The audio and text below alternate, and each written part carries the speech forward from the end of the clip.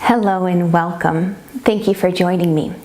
This practice today is going to be specific to opening up the whole back body, lower back, mid back, and upper back, getting into the shoulders a little bit.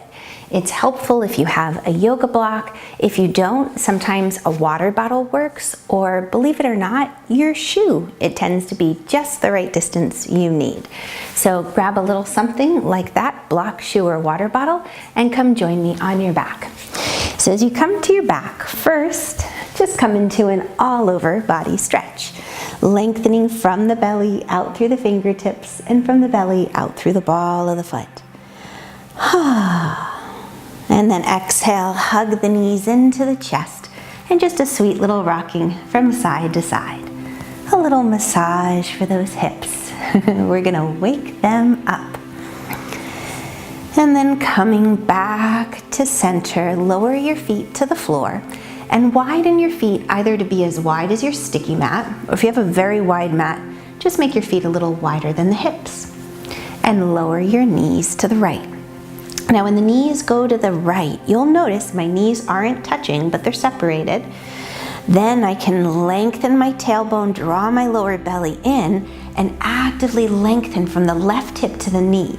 And you should feel a nice stretch to the front of the left thigh. Now the next thing you can do here is extend your left arm alongside your ear. And as you lengthen from the belly out through the left knee, you should feel a big release, hopefully not only to the thigh, but wrapping around to about mid-back area. And you take that deep breath in.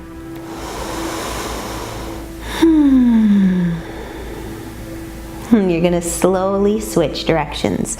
Knees go to the left, and as knees go to the left, you lengthen the tailbone, you draw the lower belly in, and you extend from the right hip to the knee, trying to make the thigh bone longer. Now, if you don't feel much of a thigh stretch, maybe you're blessed with super open thighs, you can very carefully go from this position where the foot's flexed and the foot is away from the hip to gently drawing the heel closer to the hip, right? Then you're gonna point the foot more because the knee is closed, that's the safe part.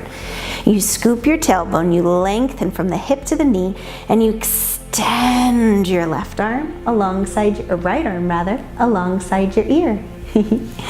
And as you reach your right arm from the base of the ribs to the fingertips, you draw the lower belly in.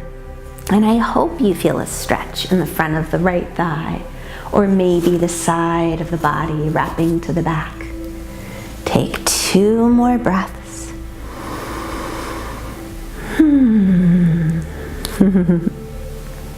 And then on the inhale, come back through the center. From here, take your right knee over your left, a ladylike cross. Shift the hips an inch to the left, and then lower the knees to the right. And as you lower the knees to the right, you have your arms out in a T, the palms facing the sky. The right leg is acting like a gentle little weight on the outer left shin.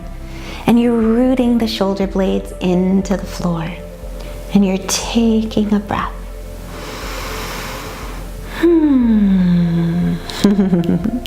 Good. Maybe you feel this along the outer left hip, the side body, the outer left thigh, or maybe you feel it in a completely different place. Let me know. Inhale, come through center, and we switch. Left leg over right knee. Shift the hips an inch to the right, and then slowly lower the knees to the left. And there's a little trick that you can do here. You can press down through the left elbow ever so gently. You lift the left ribs a little bit and you twist from left ribs to right, just to help you twist the upper body and really anchor that right shoulder blade onto the floor. Because you don't want to have this big lift up of that shoulder, but keep the right shoulder blade heavy and anchored. Wonderful. And then on the inhale, slowly come back through to center. Plant the feet hip distance wide beneath the knees and parallel, and then bring the arms into cactus.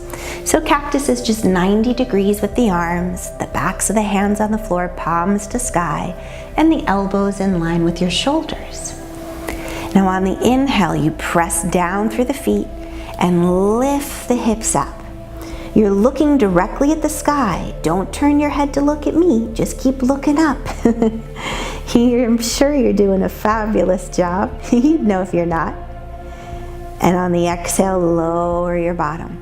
And if you wanted to watch me this round, you always can. On the inhale, press down through the feet, lift the hips. But if you're watching me, you're not doing the pose, because you don't want to turn your head in this pose. It's not always the smartest. The back of the head presses into the floor. The back of the neck should never touch the sticky mat in a pose like this. But you're on your shoulders, and the shoulder blades are drawing towards each other and down the back. Exhale, release. One more time, feet press down. Inhale, lift the hips up. And on the exhale, slowly release. Now keep everything that you have, arms in cactus, legs bent. And on the exhale, lengthen your tailbone, draw your lower belly in, and it's almost like you flatten the back towards the floor. Don't force it. We're just really tilting the hips and pelvis. And then on the inhale, you move your inner thighs forward, arch the lower back so it lifts away from the ground. And then on the exhale, lengthen the tailbone and basically relax the sides of the ribs to the floor. Inhale, arch the back as you move your inner thighs in, forward, and wide. And one more time, exhale, scoop the tailbone, draw the belly in, and come to a neutral back. And slowly stretch the legs straight. Here's where you're gonna add in the block. So your knees and toes point up to the sky. Your hands squeeze the block. Reach the block to the sky, and then draw the arms into socket. Reach the block up, and then hand squeezing block or shoe, you draw the arms into socket. Keep those arms straight as you reach the block to the sky. Keep those arms straight as you draw the shoulder blades onto the back and shoulder blades touch the sticky. Inhale, reach up. Exhale, draw the arms into socket. Now keep your arms in socket. Keep the sides of the rib cage moving towards the floor. Your belly's engaged. You're not flattening your back. You have a natural curve, but you also don't want a super duper arch, okay? So keep the transverse abdominals engaged. It means draw the belly in, move the sides of the ribs to the floor. Keep your arms in socket. Keep squeezing the block and start to reach the arms alongside your ears. And as you reach the block over your head, so to speak, towards the floor behind you, be mindful that you don't do this and allow your ribs to pop up away from the floor. But instead, you keep the sides of the rib cage moving towards the floor, the belly toned, the shoulder blades drawing down the back, and maybe your block and your arms come towards the floor. And as the hands squeeze the block, you're lengthening from the ribs out through the fingertips. And then on the inhale, come back upright. Round two, reach the block to the sky, draw the arms into socket, and then slowly, slowly reach the block alongside ears. You're doing your best to keep the tummy engaged, the sides of the ribs moving to the floor. You're lengthening from the last rib all the way to the fingertips. Your gaze to the ceiling. You're breathing too. So much to think about. And then inhale up, and one more time, reach block to sky, draw the arms into socket, and reach the arms overhead, reaching from ribs to fingertips. One last breath. And then on the inhale, reach the block up, release the block just next to you, and hug your left knee into the chest. Now you can hold on at back of thigh or shin, whatever feels comfortable to you. What's most important here is when you draw your left leg in, don't draw the knee in so much that your right thigh pops up away from the floor. Instead, encourage the right thigh to be heavy on the floor, which might mean arching the back a little in the beginning as you tilt the hips and pelvis to root the right thigh down. Now try to keep that right thigh down. As you lengthen your tailbone, you tone the lower belly, you draw the knee in, and you come towards a more natural arch in the lower back. So you're not flattening the back, you're not overarching. You've got that perfect natural curve that's just unique to you in your lower back. You're lengthening from the belly out through the ball of the foot.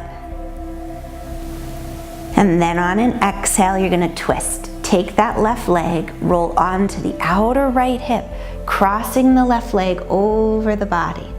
Now the most important piece here is that your left shoulder blade stays on the floor. So you can use that right elbow to press down. You lift your torso a little bit. You lift that right shoulder blade.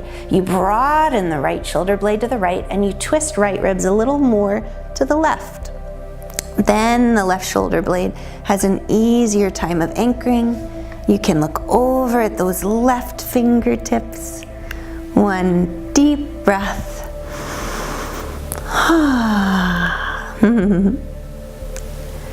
Inhale back to center. Stretch the left leg straight. Hug the right leg in. Notice if you want to pop that thigh up off the floor. But move the right knee a few inches forward towards that left foot. Make the left thigh heavy, rooting through the inner edge of the leg.